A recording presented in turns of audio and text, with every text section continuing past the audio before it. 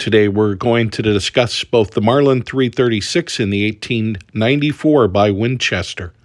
Both of these firearms are contemporaries for years and years, especially in the .30-30 caliber.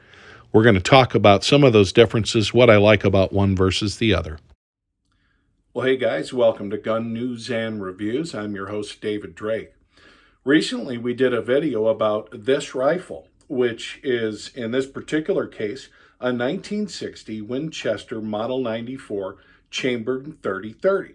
Most of my experience has been with the Marlin .30-30 and various 336 versions. I like the older ones the best. So we're going to get into what I like about one versus the other platform. We're going to start with the actions.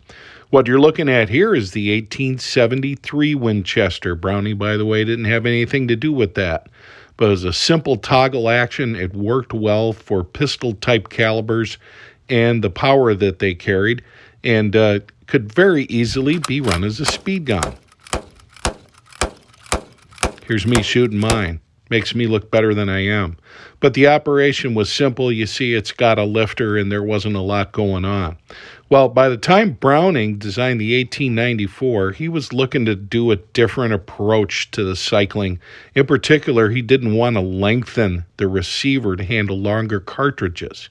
But what you see, if you look at the way that lever pivots, it's not a perfect circle. It goes down, then it goes forward.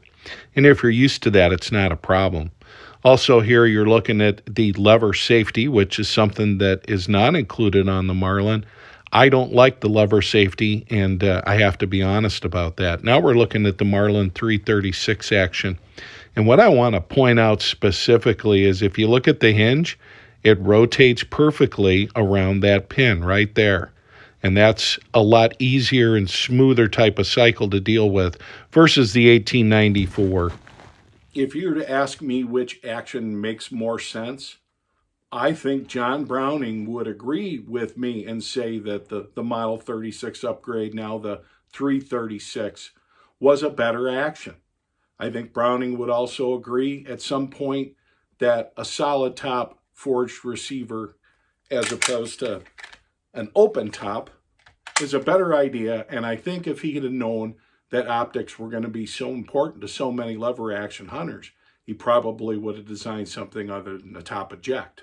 As far as shootability goes, I shoot a Marlin 336 and this, and just about every other rifle that doesn't have any kind of optic like this with buckhorn sights, pretty much the same. And that is, I can consistently, in a standing situation, hit a basketball-sized target at 50 yards.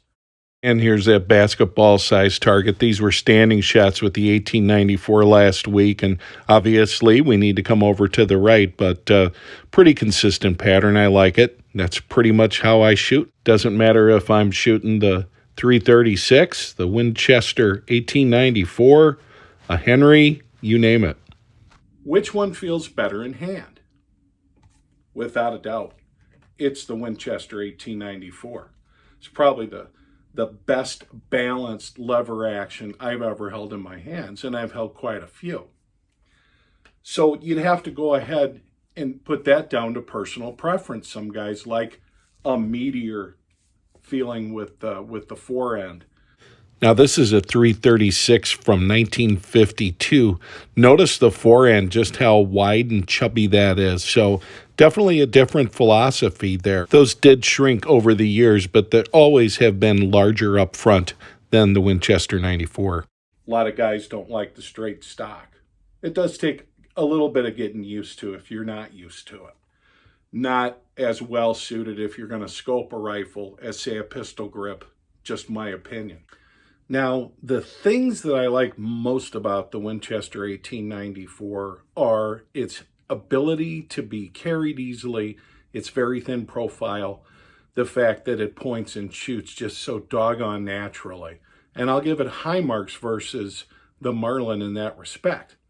It kind of reminds me of another John Browning design.